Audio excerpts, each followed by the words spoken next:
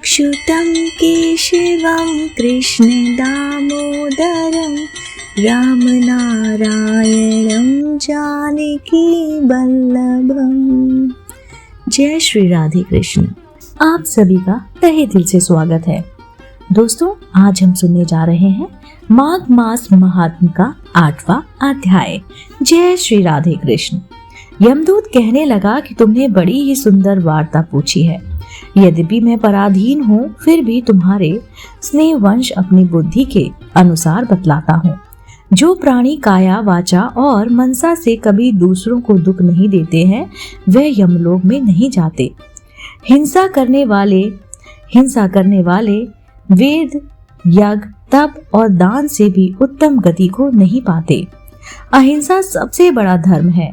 तप और दान ऋषियों ने बताया है। जो मनुष्य जल या पृथ्वी पर रहने वाले जीवों को अपने भोजन के लिए मारते हैं, वे कालसूत्र नामक नरक में पड़ते हैं और वहां पर अपना मांस खाते हैं और रक्त पीप पान करते हैं तथा पीक की कीच में उनको कीड़े काटते हैं। हिंसक जन्माद, काने, कुबड़े, धूल, गीदड़ और गंध में दरिद्र अंगहीन होते हैं।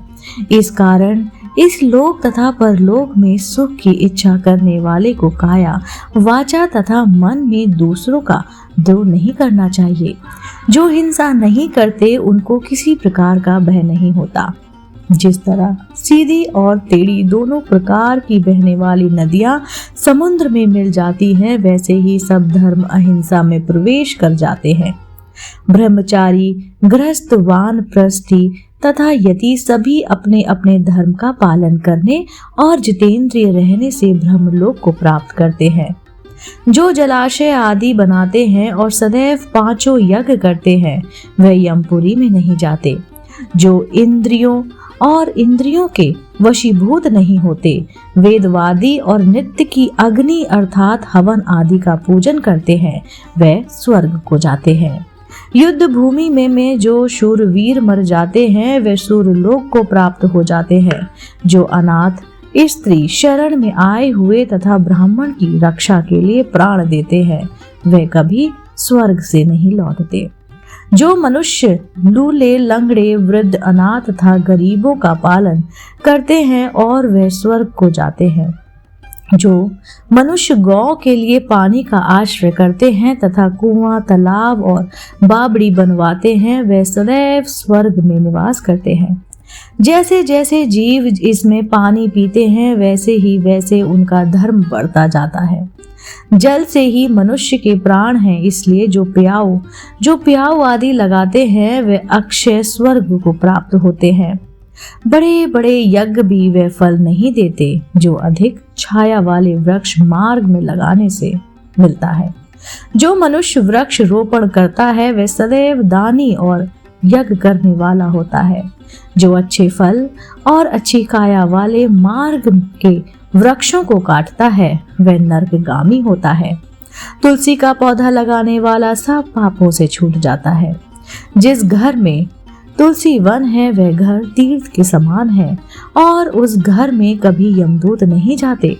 तुलसी की सुगंध से पितरों का चित्त आनंदित हो जाता है और वे विमान में बैठकर विष्णु लोक को जाते हैं। नर्मदा नदी का दर्शन, गंगा स्नान और तुलसी दल का स्पर्श, यह सब बराबर बराबर फल देने वाले हैं। हर एक द्वादशी को ब्रह्म भी तुलसी की पूजा करते हैं। रत्न, सोना, फूल तथा मोती की माला के दान का इतना पुण्य नहीं मिलता जितना तुलसी की माला के दान देने से मिलता है। जो फल आम के 1000 और पीपल के 100 वृक्ष को लगाने से होता है, वह तुलसी का एक पौधा लगाने से आपको मिलता है। पुष्कर आदि तीर्थ, गंगा आदि नदी, वासुदेव आदि देवता सब ही तुलसी में वास करते हैं। जो एक बार, 2 या 3 बार रेवा नदी से उत्पन्न शिव मूर्ति की पूजा करता है अथवा स्फुट और स्फुटिक रत्न के पत्थर के आप से आप निकले हुए तीर्थ में, पर्वत या वन में रखी हुई शिव मूर्ति की पूजा करता है और सदैव ओम नमः शिवाय मंत्र का जाप करता है। यमलोक की कथा भी नहीं सुनता, प्रसंग, शत्रुता, अभिमान से शिव पूजा के समान पापों को नष्ट करने वाला तथा कीर्ति देने वाला 3 लोक में और कोई काम नहीं है। जो शिवालय स्थापित करते हैं वह शिवलोक में जाते हैं। ब्रह्म, विष्णु तथा शिव का मंदिर बनाकर मनुष्य वैकुंठवासी होता है। जो भगवान की पूजा के लिए फूलों का बाग लगाते हैं वह धन्य है। जो माता पिता, देवता और अतिथियों का सदैव पूजन करते हैं वे ब्रह्मलोक को प्राप्त होते हैं। जय श्री राधे कृष्ण। दोस्तों, इसी के साथ माघ मास महात्म का 8वां अध्याय यहीं पर समाप्त होता है। अगला अध्याय देखने, सुनने, जानने के लिए आप जुड़े रहिए, देखते रहिए आपका अपना पसंदीदा YouTube चैनल। मैं फिर से उपस्थित होती हूँ इसी चैनल पर नई रोचक जानकारी, कहानी, पूजा विधि के साथ। तब तक के लिए नमस्कार।